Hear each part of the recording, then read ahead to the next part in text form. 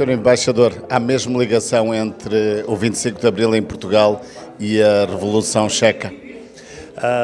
Eu penso que sim. Ambas as revoluções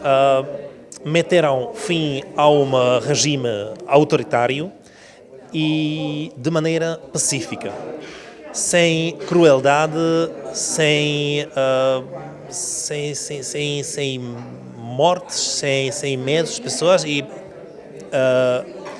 as duas revoluções trouxeram novas ideias, mesmas ideias da liberdade, da democracia para os dois países que não conheceram estas ideias, estes sistemas democráticos antes.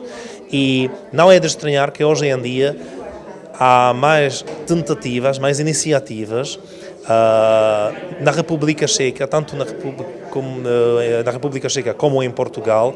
de relembrar as duas revoluções importantes para as duas nações europeias no século XX. E uma das iniciativas que eu quero mencionar é a exposição que trouxe materiais de Portugal para Praga, e a exposição que será inaugurada no próximo dia 29 de abril, em Praga, sobre a Revolução dos Escravos em Portugal e a Revolução de Veludo na República Checa. E esta exposição utiliza os materiais portugueses e checos para comemorar as semelhanças das duas revoluções. E a mesma exposição será levada para Portugal, para Lisboa, no ano que vem. É uma atividade, é uma iniciativa conjunta da Galeria Metropolitana da cidade de Praga e do Museu da Arte Moderna de Lisboa. Então, vê-se bem, não só pelas proclamações, mas existem atividades concretas já realizadas ou quase realizadas, que explicam e que levam estas duas revoluções, estes dois eventos importantes e cruciais na história de dois povos europeus juntos. Qual é a importância de fazerem uma atividade aqui em Amarante? A nossa embaixada já organizou aqui em Amarante uma exposição sobre também um acontecimento histórico muito importante, que era a Primavera de Praga do ano 1968, e como nós não queremos só trazer algo típico, algo importante para a República Checa, para Portugal, para apresentá-lo, mas também juntá-lo a um acontecimento ou algo muito importante para a história portuguesa. Nós também comemoramos durante a sessão de inauguração daquela exposição sobre a Primavera de Praga 1968, nós comemoramos também os acontecimentos do mesmo ano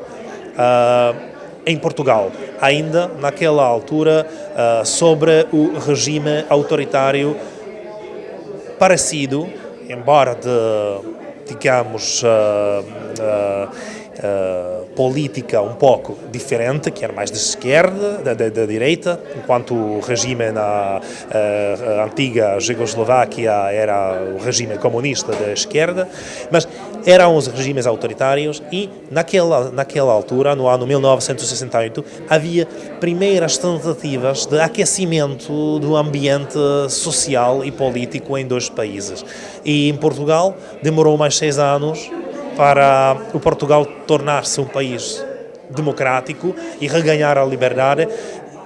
Infelizmente, a Jugoeslováquia, a República Checa, tinha de esperar mais 20 anos para voltar à democracia e à liberdade que tinha partido com a chegada do regime comunista nos finais do ano 40. Dr. José Luís Gaspar, ficamos a saber hoje que há uma ligação, pelo menos de cultura, entre a República Checa e Portugal. Eu diria que presumimos que sim, não é? Até porque estamos a falar de que o nosso Amadeu terá em algum período, pelo menos em 2 exposições, em 1913 em Berlim e em 1912 em Paris, em que houve uma exposição em que os 2 artistas estiveram representados. eu não sei se vou pronunciar bem o nome, Cupa, em que poderão eventualmente ter trocado impressões. Eu acho que falta aprofundar esse tema e falta tentar perceber realmente se isso aconteceu. No entanto, permita-me só que faça um registro que para mim é muito importante. O primeiro é a questão do Sr. Embaixador ter tido a amabilidade de, mais uma vez, estar em Amarante e, mais uma vez,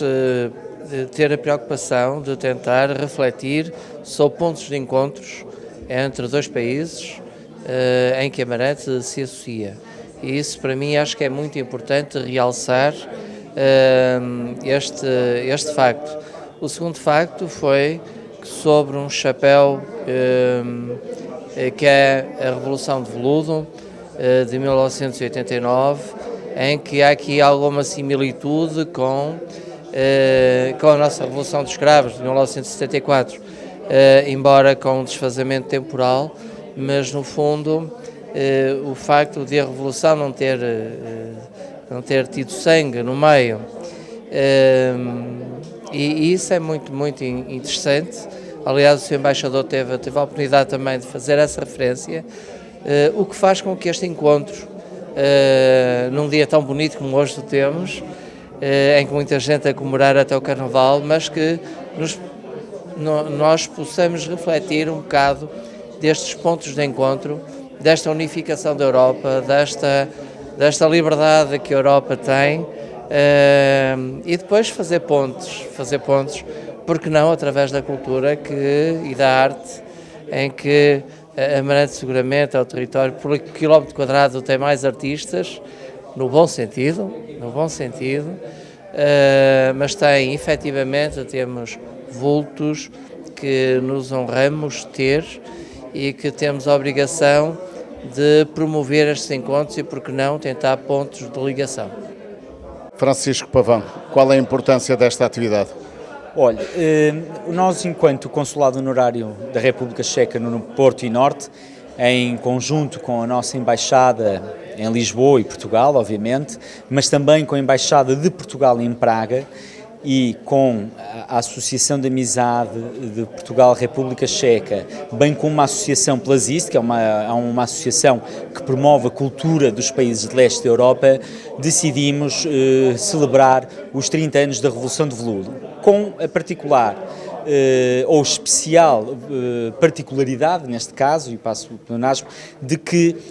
há uma grande ligação de Portugal com esta Revolução de Veludo em 89, porque houve um grupo de jovens portugueses que participaram e entregaram 50 mil rosas aos checos e estiveram em Praga nestes movimentos de libertação democrática na altura. E por isso sentimos-nos na obrigação de celebrarmos estes 30 anos de história. E fizemos-lo então com um ciclo de conferências que teve início no passado mês de novembro no Porto e agora se irá